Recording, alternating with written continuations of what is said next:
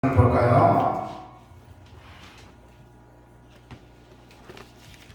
네, 시편 6편이죠. 시편 6편의 1장서부터 10절입니다.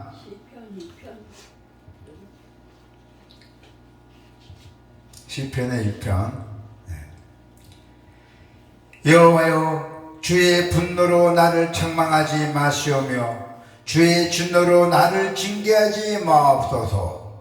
여호와여, 내가 수척하였사오니 내게 은혜를 베푸소서. 여호와여, 나의 뼈가 떨려오니 나를 고치소서. 나의 영혼도 매우 떨리나이다.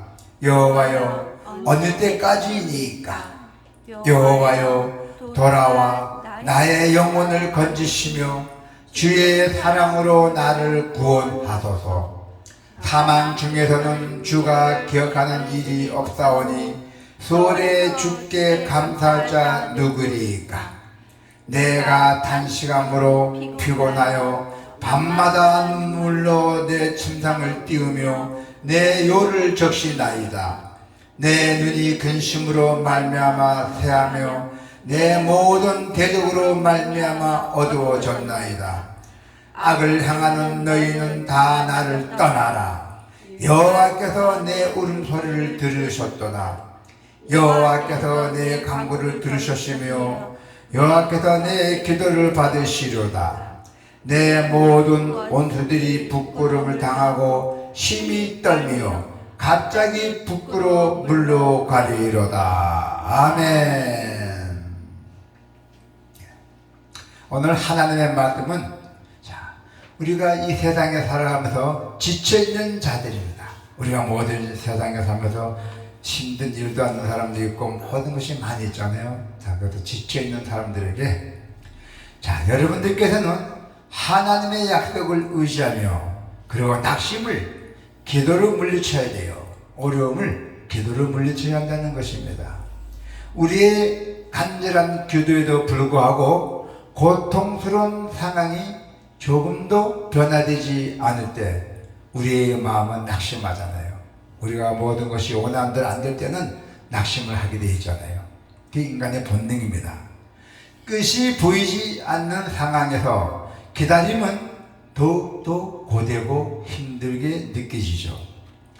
그래서 오늘 이 주인공 시편 저자, 오늘 시편한 시편 저자에게는 이러한 어둠의 시간이 있었어요. 어떤 어둠의 시간이 있었냐면요, 그는 밤마다 눈물 짓고 하도 울어서 이 눈까지 침침하다고 고백하고 있어요.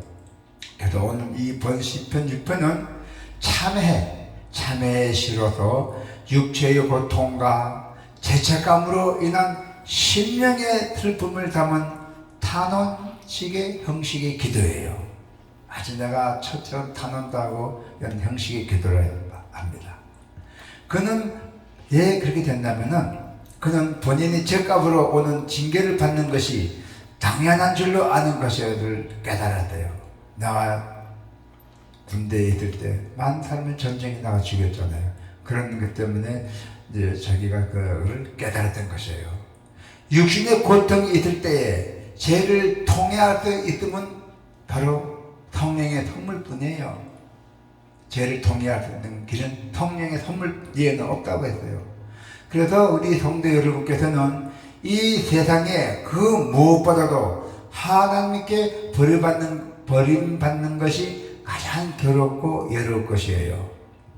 그러나 시편 저자는 하나님은 나를 멀리하지 않으시기 때문에 이것이 하나님의 인자하심을 알았던 거예요. 하나님은 절대 나를 멀리하지 않는다. 그걸 깨달았어요. 그러면서도 우리는 모든 고난의 문제를 스스로 해결하려고 하잖아요. 이 세상에 살아가면서 어떤 일이 나면 먼저 내가 스스로 해결하고, 또 아니면 내 안 지인인데 연락이 어떻게 하면 좋겠나 상기도 많이 하잖아요. 그러나 자기 자신으로는 절대로 해결하지 못합니다. 그래서 우리는 우리의 삶을 한정시키거나 아니면 우리의 경험을 표준으로 삼아서도 안 돼요. 내가 이제 이런 경험이 있으니까 이게 표준으로 삼아서 해봐야 되겠다. 이런 표정을 담아도 안 된다는 것입니다. 하나님은 우리의 힘이십니다. 여러분의 힘이에요. 그리고 또 여러분의 피난처예요. 그리고 여러분의 반석입니다. 할렐루야. 그래서 우리는 오직 하나님만 신뢰해야 돼요. 우리 성도 여러분은 예수님을 모든 사람을 어떻게 봐요? 예수님께서는 다 이러하신 분이잖아요. 이러하신 분을 아셔야 돼요. 이처럼 지치고 낙심할 때 우리 성도 여러분께서는 어떤 태도를 가져야 합니까? 내가 지치고 힘들고 희망 없고 이럴 때는 어떤 태도를 가져야 되고 어떤 행동을 해야 되냐는 문제예요. 바로 여기 있습니다. 답은 이루자 예수 그리스도께서 지속적으로 기도해야 한다는 거예요. 이루자 예수 그리스도께. 아무리 기도해도 그 시련이 끝나지 않을 때 우리의 마음에 자연스럽게 일어나는 의문이 있잖아요. 내가 그렇게 기도했는데도 들어주지 않고 응답 없다. 그러면 의문이 생기죠. 하나님, 도대체 언제까지 제가 이렇게 기다려야 됩니까? 언제까지 내가 이런 고통을 받아야 됩니까? 하고 그래 한 시간 때도 있을 것입니다. 오늘 시편이 그랬습니다. 왜 나의 기도를 못 들어줘 하더니 결국 자기 참회했잖아.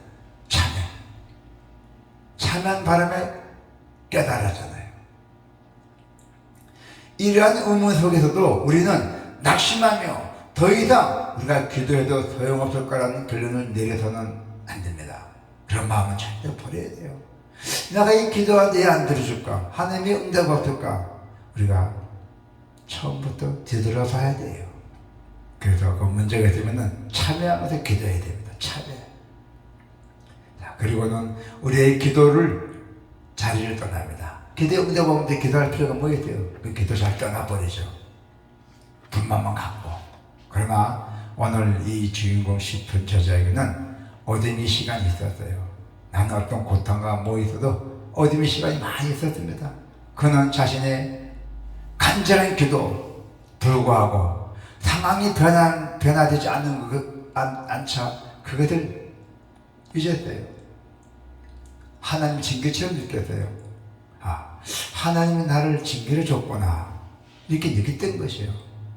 기대 응답도 없고 많은 것을 밤에 자면서 옷을 그 땀이 열을 적시면까지 기대해서 안 된다 했잖아요. 그래서 자기가 이제는 하나님 나를 징계를 줬구나 그러면 깨달았던 거예요.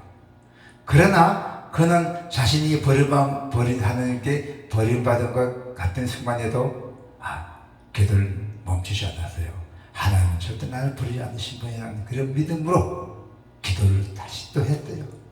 다시 기도합니다. 하나님의 진노를 거두어 주시기를 간절히 기도했어요. 하나님 저희 진노를 거두어 주시오. 저희 징계를 거두어 주시오. 제가 참여합니다 하고 이 간절한 기도를 또 했어요. 그래서 그는 밤마다 기도하며 눈물을 침상을 적셨다 했잖아요. 얼마나 기도를 했습니까?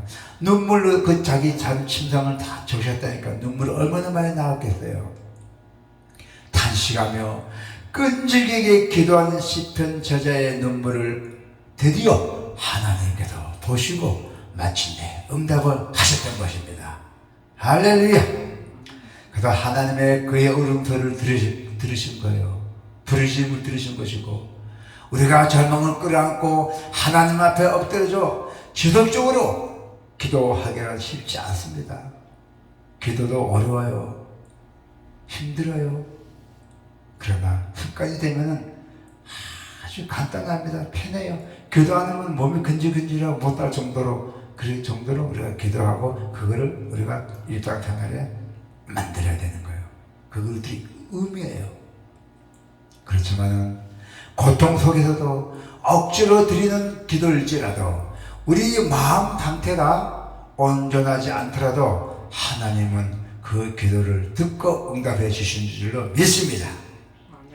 하나님은 지친 영혼들의 지속적인 기도를 헛되게 않으셨어요. 다 보고 계시고 계세요. 우리가 어떤 기도하든 간에 하나님께 간절히 드렸던 그 기도가 응답되지 않았거니와 또 그 응답이 너무 더디다는 거 느리게 생각으로 기도를 멈추고 있다면은 다시 하나님의 보좌 앞으로 나가시기 바랍니다. 나의 기도가 너무 느려, 너무 하나님 기도 너무 늦게 와.